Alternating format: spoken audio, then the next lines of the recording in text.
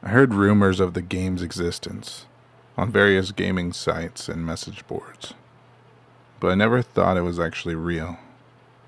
I spent a little over a year trying to track down a copy, but I always came up empty-handed. That was until a few weeks ago, when the game decided to find me. I am here to beg you, do not go looking for it. If an unfamiliar game shows up at your door, leave it be. It can disguise itself under any platform and does not abide by the rules of our universe.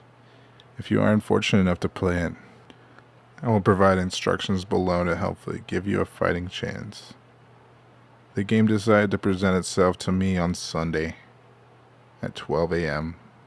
It had manifested itself into a blank Nintendo 64 cartridge with no writing or sticker logo, and was placed outside my front door with no note or instruction. I paced around for 20 minutes and tried to comprehend where it had come from and who had delivered it. Eventually, I hooked up my console and inserted the cartridge. My version of the game had titled itself Halloween 64 and included an inverted Nintendo logo. It also displayed a few presumably non-existent dev companies like Eulogy Inc. and Last Breath Software. The title screen included the words Halloween 64.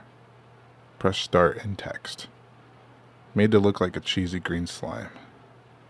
As soon as the game begins, you'll be unable to quit until it is complete. I'm sure you're thinking just turn it off, unplug it, or walk away. If only it were that simple. The game has several methods of self-defense, and the harder you try to disrupt it, the stronger it becomes. The power function of the console will not respond if you try to turn it off. The red power light remains on, and the system operates like normal. The cartridge cannot be removed. It does not matter how hard you pull, it will stay locked in place. If you annoy it enough, the cart will become scalding hot and burn your skin to the bone. In addition to this, all outside communication will be lost. Your phone and internet will not function while the game is running. Any door or window that leads to the outside world will be inaccessible. My front door wouldn't open, and all my windows became shatterproof. To be honest, I'm not sure if time even passes while playing the game, as every clock in my apartment remained at 12 o'clock while playing. You're given 10 lives. Certain aspects in the game will be mirrored in reality. Any pets you own will die as soon as you lose a life. As you lose more lives, you will get sick. Very sick. I became nauseous. My head started to pound and my nose began to bleed. The more lives you lose, the worse you feel. But you must keep playing. I can only conclude that losing all lives will result in death. Level 1, the neighborhood. Your third-person character in level 1 is a child dressed like a skeleton, carrying a jack-o'-lantern bucket. You start off in the middle of a suburban neighborhood covered in cheap Halloween decor. The street had a striking resemblance to the one I grew up on.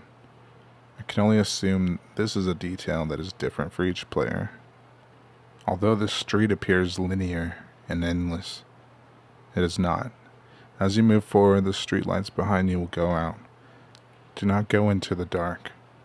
Keep moving. If you move your character into the dark, you will lose a life. As you play, you will notice the darkness creeping behind you in reality. After a few hours of running down the virtual street, all of the lights in my apartment went out one by one. Whatever you hear, see, or feel, it is very important to not take your eyes off the screen during this level. You will hear doors in your home open and close, footsteps, and a familiar voice whispering in your ear. Do not lose concentration or you will lose more lives. You may even feel a hand rest on your shoulder. Eventually, the level will end without notice. The timer on the screen showed that I ran for 7 hours and 26 minutes before completion. Level 2. The House. Level 2 is displayed in first person. You will enter a house with limited visibility, as a dim flashlight is your only source of illumination. As you progress through this level, you will notice a difference in temperature around you. My apartment was freezing, making it extremely difficult to concentrate. Again, you must keep playing.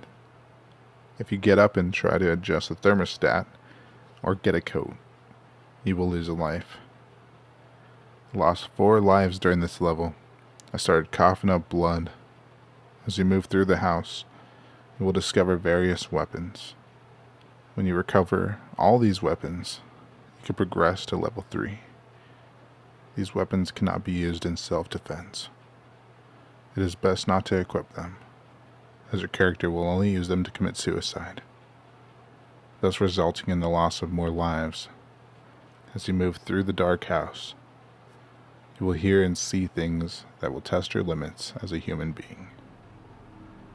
I will not go into detail, but I saw and heard things in the game that were deeply personal, disturbing, and worst of all, genuine.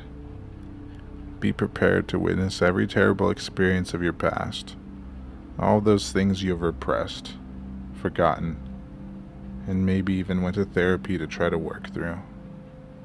Once again, you must keep playing, and you must collect every weapon.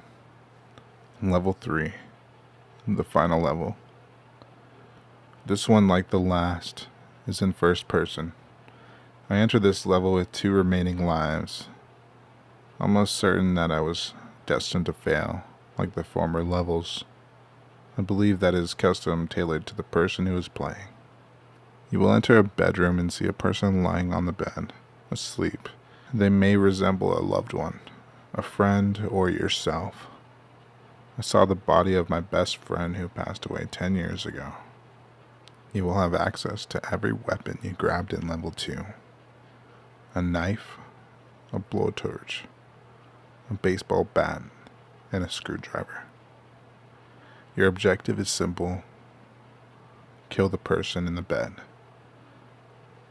They will not fight back. Once their health bar is diminished, you will win the game. I chose the knife. I walked up to the bed, aimed, and struck the body with the blade. White-hot pain filled my eyes, and I instantly discovered the catch of level 3. Whatever pain you inflict on the person, you'll feel in reality.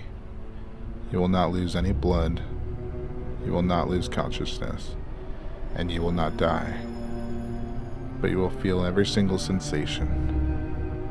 If you take too long in between blows, your player will lose a life.